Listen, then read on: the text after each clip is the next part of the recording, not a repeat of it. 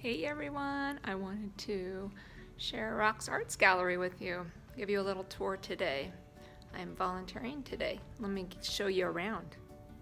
We have lots of amazing artists in here, kind of eclectic, a little bit of everything, which is what I really love about this space. Sculptures and paintings, jewelry. This is a new artist that we have, Jan French. Aren't those fun?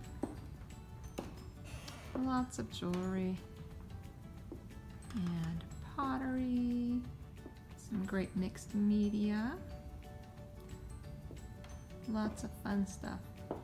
Oh, this glass work is amazing. And then Brian's work is stunning. And here's Candace and Patty and some amazing pottery. I love Michaela's stuff. There's Patricia's work, and then we've got two textile artists. Love them. And you recognize that, my wall.